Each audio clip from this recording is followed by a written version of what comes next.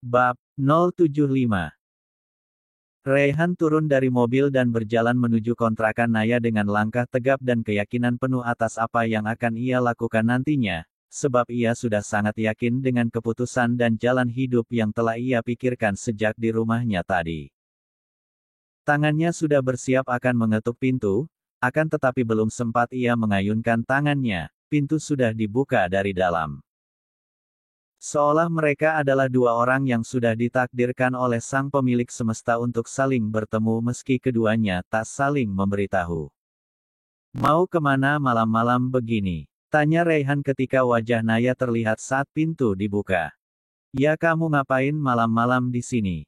Malah balik bertanya dengan pandangan aneh, kenapa Raihan bisa ada di depan pintunya ketika ia membuka pintu dan hendak mencari angin karena ia merasa cuaca malam yang tak biasanya terasa panas seperti sekarang. Bukan menjawab pertanyaan, Raihan malah menarik Naya masuk ke dalam dan memaksanya untuk duduk di depannya. "Aku mau bicara," kata Raihan kemudian. "Nggak bisa besok aja? Ini udah malam," kata Naya seraya menatap lekat pria di depannya yang makin hari makin terlihat rupawan saja di matanya hingga ia tak sanggup untuk berpaling ketika sudah melihat wajah sang pria. Raihan balas menatap lekat wanita yang kini menjadi salah tingkah itu karena ulahnya. Ia malah mendekatkan wajahnya dan menyelipkan rambut Naya di telinga sang wanita dengan lembut hingga perlakuannya membuat jantung Naya hampir meloncat keluar.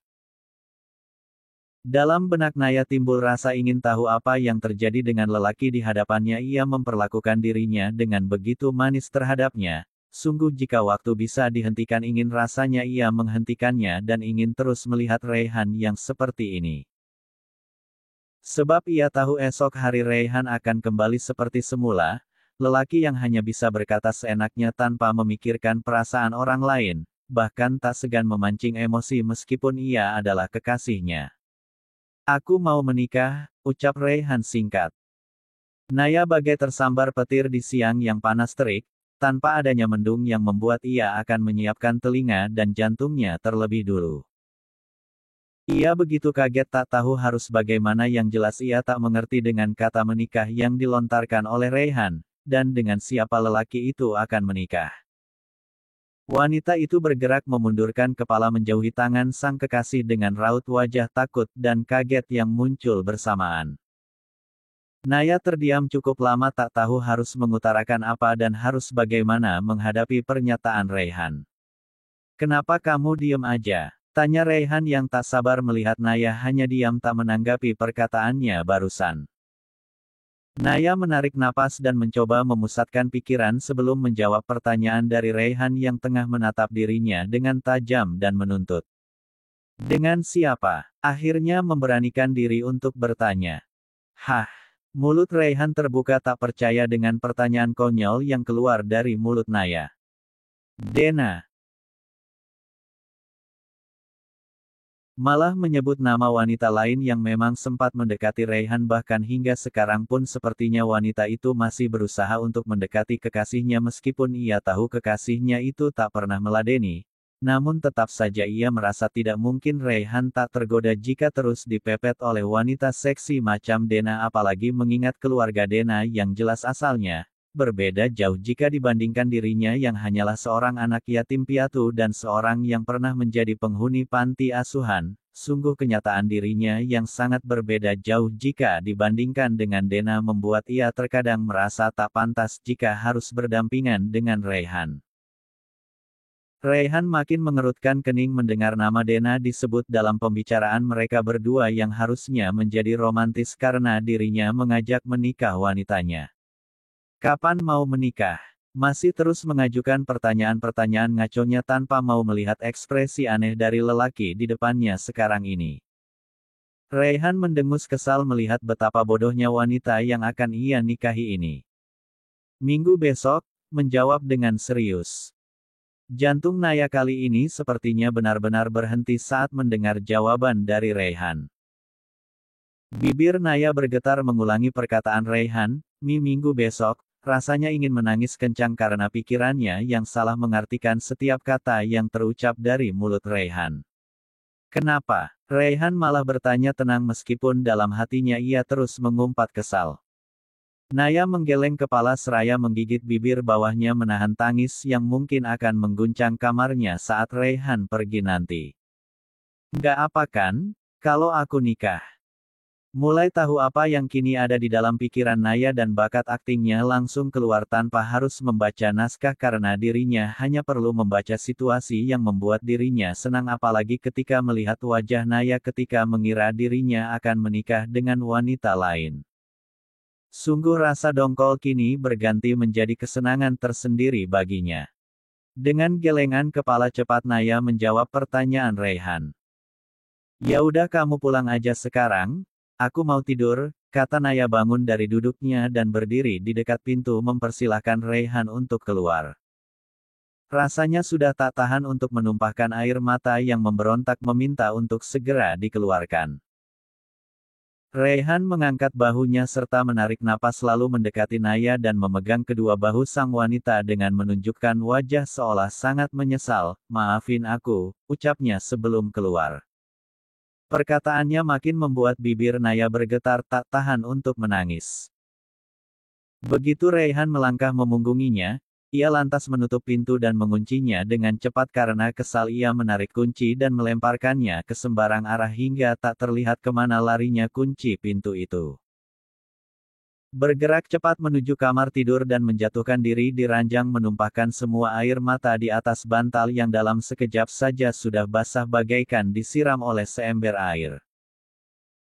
Wanita itu menangis lirih. Sungguh ia tak rela lelaki yang sudah mengisi seluruh hatinya itu menikah dengan wanita lain sedangkan selama 5 bulan ini dirinya lah yang menjadi wanitanya. Tapi kenapa bisa-bisanya ialah yang ditinggalkan? Membayangkan Raihan berdampingan dengan wanita lain sungguh ia seperti merasakan pahitnya empedu. Naya terus menangis di atas bantal. Bahkan ia tak sadar orang yang sejak tadi ia tangisi berdiri mengawasi dengan santainya menyender di pintu kamar dengan menyilangkan kedua tangan di dada dan menatap dirinya yang menangis dengan suara yang sudah tak bisa dikontrol lagi. Saat suara tangis Naya makin kencang, Raihan menutup telinga dengan kedua tangannya. Berisik Naya, kamu tidak takut suara tangisanmu itu diikuti oleh makhluk lain? Ketus Raihan yang ternyata tak tahan telinganya terkontaminasi jika Naya tak segera menghentikan tangisnya. Naya berhenti sejenak karena merasa ada yang berbicara tanpa menoleh ke arah sumber suara, namun ia kembali melanjutkan tangisan yang membuat badannya bergetar tak jelas itu. Naya, bentak Raihan kesal. Suaranya yang kencang membuat Naya membalik tubuhnya dan bergegas duduk ketika matanya yang sudah sembab menangkap sosok manusia berdiri di pintu dengan wajah kesalnya. Naya menghapus air mata dengan kedua tangannya lalu matanya menyipit curiga seakan bertanya bagaimana Raihan bisa masuk ke dalam rumahnya sedangkan ia ingat betul pintu sudah ia kunci sebelum melakukan acara tangisan malam karena mengira ditinggal menikah dengan kekasihnya. Raihan mengangkat kunci duplikat yang memang masih ia simpan dengan bangga seraya tersenyum tipis. Kamu belum kembaliin kuncinya? Tanya Naya tak percaya, sebab terakhir kali Raihan masuk rumahnya tanpa permisi. Ia sempat meminta Raihan untuk mengembalikan kunci pada pemilik kontrakan, tapi ternyata lelaki itu tak juga mengikuti perkataannya. Yang punya juga nggak minta balik kok, menyahut tenang seraya bergerak mendekati Naya yang masih tak beranjak dari ranjangnya. Jangan mendekat, kata Naya tajam. Terlalu banyak nonton Dora waktu kecil, gerutu Raihan sambil mendengus. Naya memicing tak mengerti maksud perkataan Raihan apa dengan membawa-bawa film anak-anak yang senang sekali berteman dengan monyet. Sweeper jangan mendekat, Raihan berkata seperti sedang memberitahu Naya maksud perkataannya tadi dengan suara beratnya sangat tak pantas mengatakan hal yang sering dikatakan Dora ketika diganggu oleh si serigala berwarna oranye. Aku bukan sweeper, jadi jangan minta aku untuk tidak mendekat. Raihan sudah berada di samping ranjang Naya dan berdiri dengan angkuhnya menatap wanitanya yang diam dan hanya menatap dirinya. Kapan kamu mau bawa aku ke panti asuhan tempat tinggal kamu dulu? Tanya Raihan yang memang sudah diberitahu oleh Naya, bahwa wanita itu sudah tidak memiliki kedua orang tua dan ia pun tak tahu di mana keluarganya yang lain berada. Yang jelas saat ini keluarga dari wanita itu hanyalah dari panti asuhan yang telah merawat dan membesarkannya dengan baik hingga menjadi wanita mandiri seperti sekarang. Kamu tidak pernah mengenalkan mereka padaku, kata Raihan lagi. Mau apa? Tanya Naya yang masih belum mengerti juga dengan perkataan Raihan. Raihan memutar bola matanya dan lagi-lagi mendengus, kita mau menikah minggu besok dan kamu tidak. Maksudnya aku harus meminta izin pada mereka, kata Raihan terlihat gemas karena berulang kali ia mengeretakkan giginya ketika bicara. Menikah? Siapa? Naya masih bertanya dengan wajah lugu namun di mata Raihan malah teramat bodohnya hingga ia tak tahan dan menjitak kepala sang wanita yang kini meringis kesakitan. Besok bawa aku ke panti, ucap Raihan. Mau apa? Bertanya lagi. Menikah? Kita menikah. Menundukkan badannya dan berkata tepat di depan telinga kiri Naya dan memastikan wanita itu mendengar perkataannya dengan jelas. Naya menutup mulut, sebab ia tak percaya dan malah mencubit lengan Raihan dengan kencang membuat Raihan langsung menepisnya dan mengomel. Cubit tanganmu sendiri biar kamu tahu ini mimpi atau bukan. Mengusap lengan yang terkena cubitan tangan Naya yang sakitnya bahkan seperti digigit semut hitam yang berukuran besar. Kita menikah. Masih saja bertanya tak mau percaya begitu saja dengan lelaki yang pandai berakting setiap saat itu. Raihan mengangguk lalu mengulangi perkataan Naya, kita menikah, berkata dengan suara serak dan beratnya yang terdengar begitu seksi di telinga. Kapan? Bertanya seraya berpikir dengan mata yang mengerjap lambat. Kenapa kamu terus saja bertanya? Apa kamu tidak mendengar apa yang aku katakan sejak tadi? Kita menikah minggu besok dan jangan bertanya apapun lagi, karena aku yang akan mengurus semuanya. Kamu hanya perlu menyiapkan dirimu saja nantinya. Berkata panjang lebar saking kesalnya menghadapi Naya yang kepolosannya melebihi anak kecil baru bisa bicara. Aku belum. Belum apa? Hah, belum apa? Nyerocos tanpa memberi kesempatan Naya menyelesaikan perkataannya. Belum, Naya tampak ragu untuk meneruskan perkataannya. Belum siap, tebak Raihan. Oke, kalau kamu belum siap, kita menikah 10 tahun lagi, atau jika aku mau aku bisa menikah dengan Dena seperti perkataanmu tadi, ucap Raihan seraya melangkah pergi keluar meninggalkan Naya yang kini kepanikan sendiri. Menunggu selama 10 tahun rasanya masih mungkin, tapi kalau dia sudah tidak tahan dan akhirnya memilih menikah dengan wanita bernama Dena, sungguh aku akan meratapi nasibku seumur hidup, gumam Naya seraya berlari keluar menyusul Raihan dan tanpa ragu ia mendekap pinggang Raihan dari belakang dengan napas yang terengah. Aku mau menikah kapanpun kamu mau, ujar Naya di balik punggung Raihan. Raihan merasakan napas Naya menyentuh tubuh belakangnya dengan kencang membuat aliran darahnya mengalir begitu cepat. Adit, Naya memanggil Raihan karena lelaki di depannya mengacuhkan dirinya. Raihan melepas tangan Naya dari pinggangnya dan berbalik melihat Naya dengan dada yang baik turun. Udah malam tidur sana, kata Raihan pada Naya. Malah nyuruh tidur, omel Naya. Raihan memicingkan matanya, terus mau ngapain? Tadi ngajak nikah, tapi sekarang kelakuannya kayak yang nggak terjadi apa-apa. Masih mengomel dengan kelakuan datar yang ditunjukkan oleh Raihan. Kok jadi kamu yang nggak sabar, ucap Raihan meledek Naya. Ya udah aku tidur, menyentak kedua kalinya kesal. Raihan menarik tangan Naya lalu mendekapnya perlahan, mimpi indah, lagi-lagi suara seraknya menghipnotis Naya hingga hanya bisa terbengong meresapi suara dari lelaki yang akan menjadi suaminya itu. Raihan mendorong Naya ke kamar. Kunci duplikatnya kembaliin ke pemilik kontrakan, kata Naya pada Raihan yang masih berdiri di ambang pintu. Nanti aja sekalian kamu pindah, kata Raihan. Emang aku mau pindah? Tanya Naya. Kalau kamu masih tinggal di sini ngapain kita nikah? Raihan menjawab ketus seraya menutup pintu kamar dengan kencang hingga membuat Naya tersentak kaget. Setelah mengunci pintu, Raihan lantas pergi menaiki mobilnya dan kembali menjadi pembalap dadakan di jalan raya menuju rumah Roman, sahabatnya yang sudah hampir 2 minggu tidak ketemu. Rasanya hidup begitu sepi tanpa makhluk nyeleneh bernama Roman. Apalagi sebentar lagi ia akan menikah, tentu waktunya akan semakin jarang lagi untuk mereka bisa bertemu dengan bebas. Raihan sudah membayangkan menjalani rumah tangga dengan normal seperti orang kebanyakan. Ia tak sadar dendam dan kecemburuannya akan merubah segalanya menjadi sangat berbeda jauh nantinya. Selepas dari rumah Naya, Raihan langsung melajukan mobilnya ke satu tujuan yang sudah dapat ditebak tempat siapa saat ia mengatakan pada Aji untuk langsung mengunci pintu karena dirinya tak pulang. Rumah siapa lagi jika bukan rumah sahabat setianya yang selalu memaki dirinya jika sedang merasa kesal atau ketika saat mereka beradu argumen saling membenarkan pendapat. Raihan sekarang menuju rumah Roman yang mungkin sudah terlelap dalam mimpi indahnya yang tak akan mungkin diketahui oleh manusia manapun.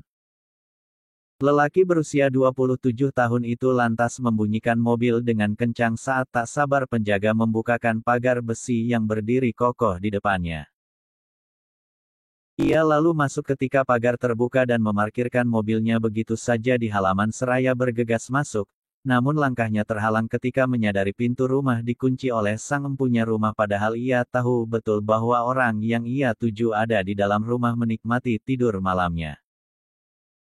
Sungguh merasa jengkel ketika berulang kali pintu diketok berkali-kali, bahkan kini sudah merangkap menjadi gedoran yang pastinya terdengar sangat kencang, namun pintu tak juga ada tanda-tanda akan dibuka. Senang di dalam kamar, Roman yang sebenarnya sejak tadi sudah mendengar malah berpura-pura seakan tak tertidur dan tak mendengar suara apapun. Dengan tampang resenya ia menutup seluruh tubuh dengan selimut guna menghalau rasa dingin yang dikeluarkan oleh AC yang menyala di kamar. Raihan mulai geram karena Roman tak juga kunjung membukakan pintu untuknya, padahal malam sudah semakin larut dan ia juga ingin segera tidur. Sungguh seorang pria aneh. Jika ia memang ingin tidur, kenapa tidak pulang saja ke rumahnya sendiri dan malah mengganggu temannya itu.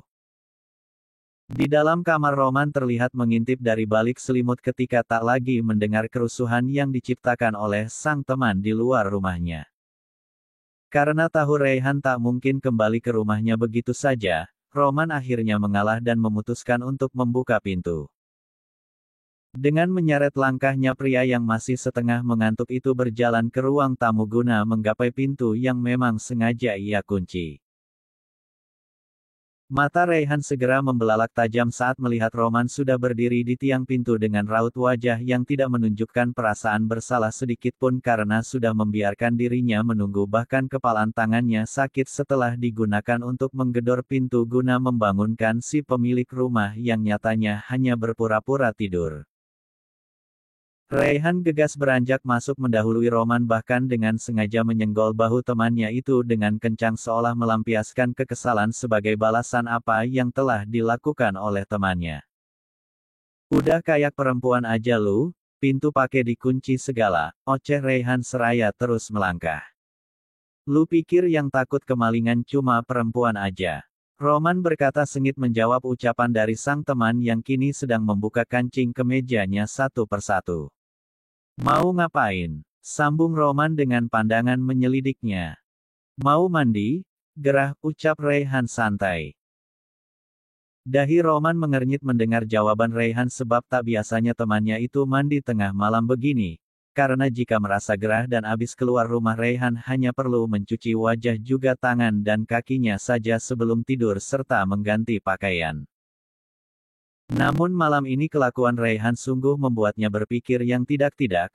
Karena curiga, ia lantas kembali bertanya pada Raihan yang sedang membelakanginya dengan punggung polosnya.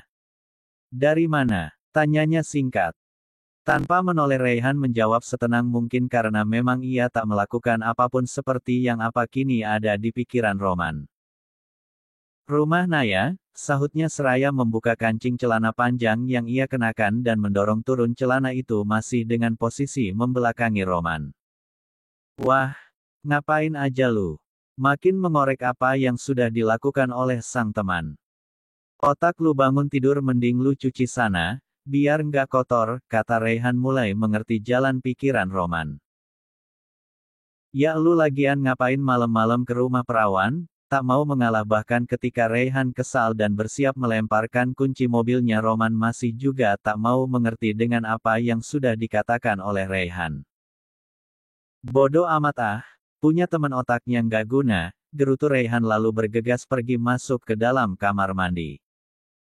Otak lu yang nggak guna, buka baju sembarangan, maki Roman melihat kemeja dan celana panjang Raihan tersampir di sofa miliknya.